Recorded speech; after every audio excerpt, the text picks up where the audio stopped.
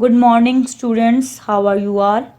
This is your geography lesson, and in this lesson, we are reading Unit 11 Transport and Telecommunications.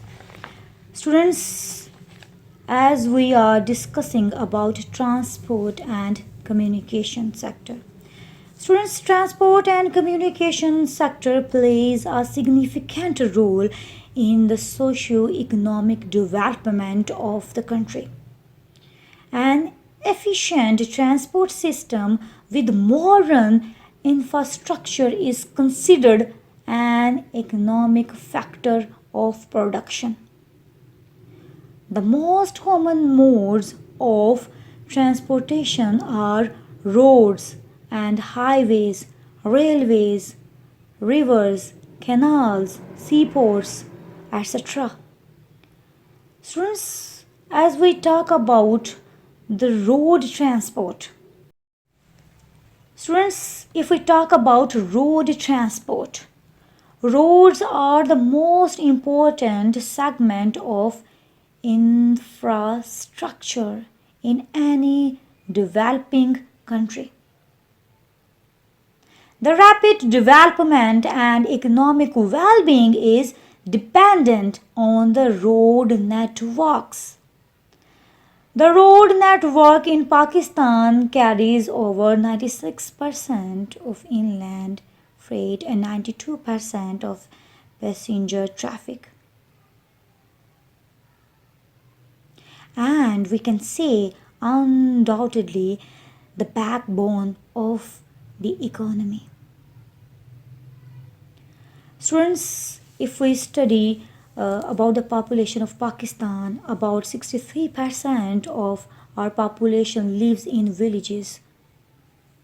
The topography of the region, which consists upon hilly mountainous areas and faraway agricultural lands and the productive resources, are scattered all over the country. And roads provide easy and efficient means of transportation.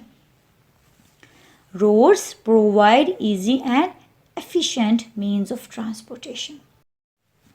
Students, if we look at the means of transportation and we study about roads, there are numerous advantages of road transport in comparison to other modes of transport. As we can say that road transport required much less capital investment as compared to other modes of transport such as railways and air transport. The cost of constructing, operating, and maintaining roads is cheaper than that of the railways.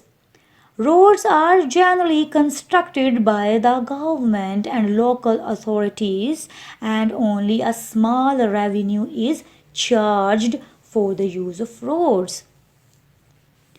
Students, the outstanding advantage of road transport is that it provides door to door or warehouse to warehouse service. This reduces loading and unloading expenses. And road transport is most suited for carrying goods and people to and from rural areas which are not served by rail, water, or air transport. Exchange of goods between large towns and small villages is made possible only through road transport. Road transport has a great advantage over other modes of transport for its flexible service. Its routes and timings can be adjusted and changed to individual requirements without much inconvenience. Students, it is more economic and quicker for carrying goods and people over short distances. Delays in transit of goods on account of intermediate loading and handling are avoided. Goods can be loaded direct into a road vehicle and transported straight to their place of destination. Students, if we talk about a risk, as the intermediate loading and handling is avoided, there is lesser risk of damage, breakage, etc. of the goods in transit. Thus, road transport is most suited for transporting delicate goods like glassware and which are likely to be damaged in the process of loading and unloading. As compared to other modes of transport, the process of packing in motor transport is less complicated. Goods transported by motor transport require less packing or no packing in several cases. Students, if the goods are to be sent immediately or quickly, motor transport is more suited than the railways or water transport. Water transport is very slow. Also, much time is wasted in booking the goods and taking delivery of the goods in case of railway and water transport. Road transport not only requires less initial capital investment, the cost of operation and maintenance is also comparatively less. Even if the rate charged by motor transport is a little higher than that by the railways, the actual effective cost of transporting goods by motor transport is less. The actual cost is less because the motor transport saves in packing costs and the expenses. So, as we look on the usage and benefits of roads, there are lots of advantages of roads in Pakistan. So, students, you are supposed to open page number 206 and we will read more about roads. Road transport is the most popular means of transport.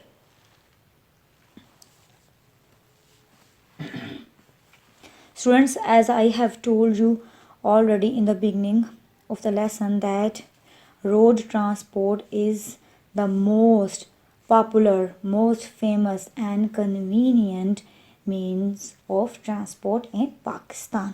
It includes motor vehicles such as buses, trucks, cars, taxis, rickshaws, jeeps and motorcycles.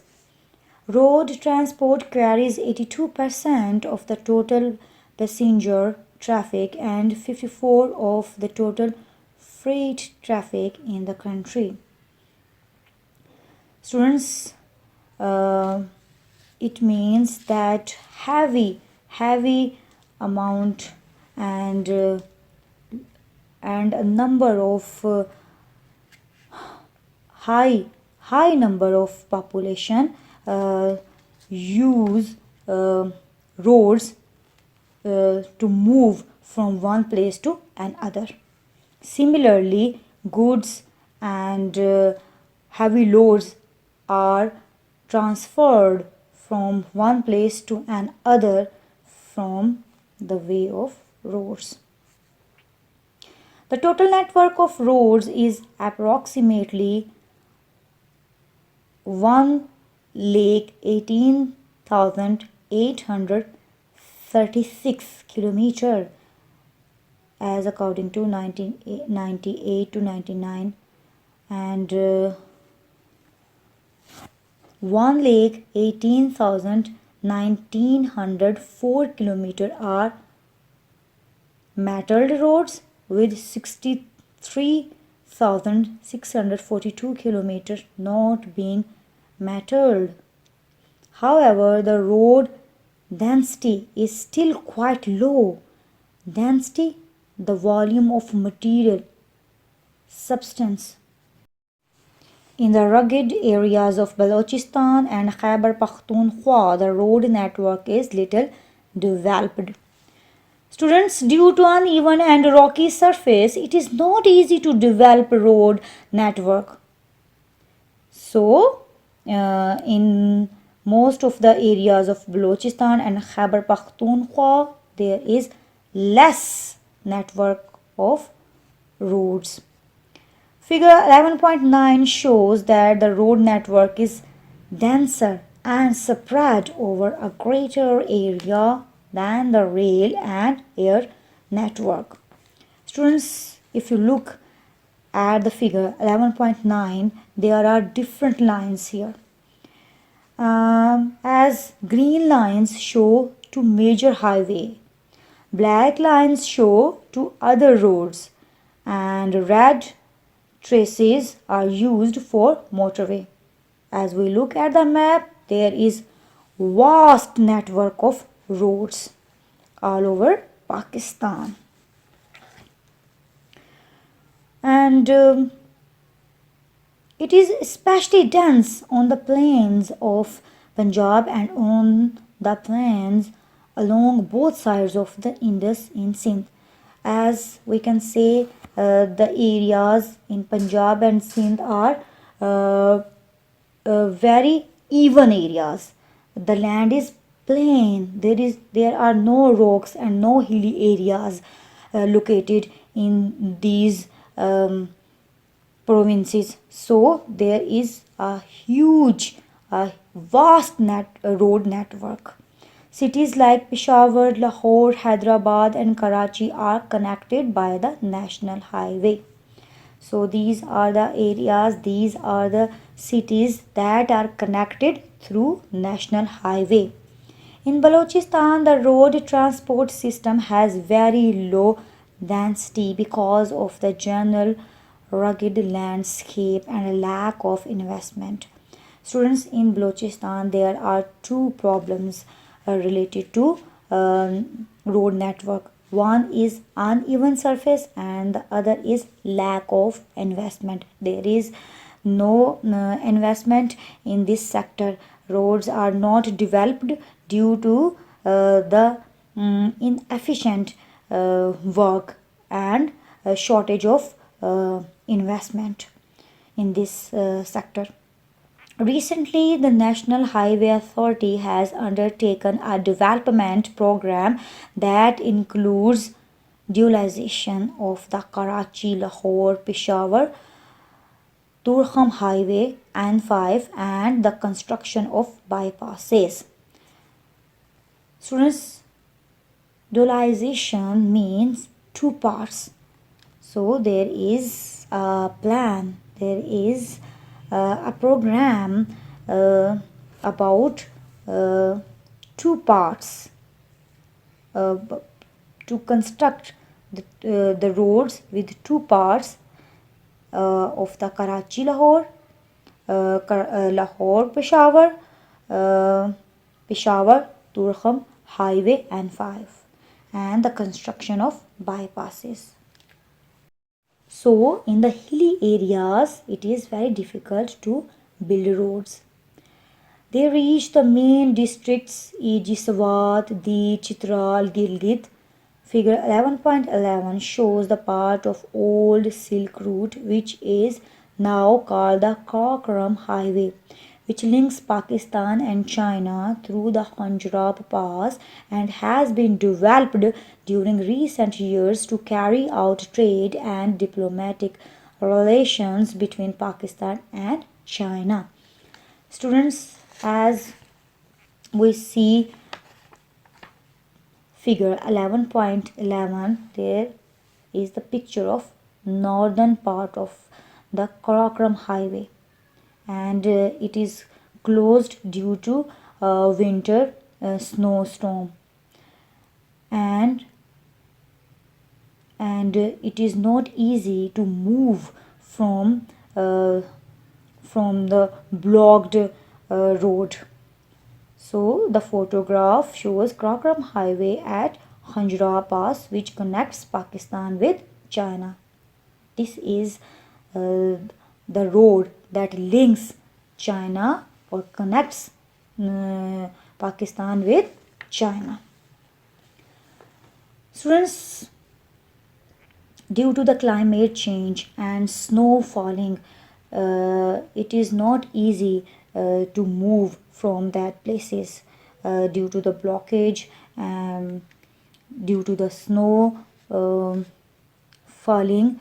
It is not easy to survive in those areas, so it is difficult to build heavy roads there. From the time the famous Grand Trunk Road was built by the Mughals in the 16th and 17th centuries, the network has developed into a total network of approximately 1,81,836 kilometers of metalled and non-metalled roads. If we study history, there was a famous Grand Trunk Road, and that was built in Mughal Empire, and they kept focus um, on building roads, and this was the time of 16th and 17th centuries. Students, and the length of that network is about 1,81,836 kilometers, and these are two types of roads, metalled and non-metalled roads. Although there has been insufficient maintenance, the network still meets the basic requirements. Students, if there is no improvement, there is no development in this sector, in this network, still the roads and the network fulfill the necessities and requirements of the people. The National Highway Authority is responsible for the construction and maintenance of all the national highway, including strategically important roads. Students, National Highway Authority is responsible for building and maintaining highways and motorways in Pakistan. This is their responsibility. So they are doing their work very well in this sector. Understand, students? So this is for you today. I hope you have understood about the importance of roads in Pakistan. Thank you for listening. Take care. Allah Hafiz.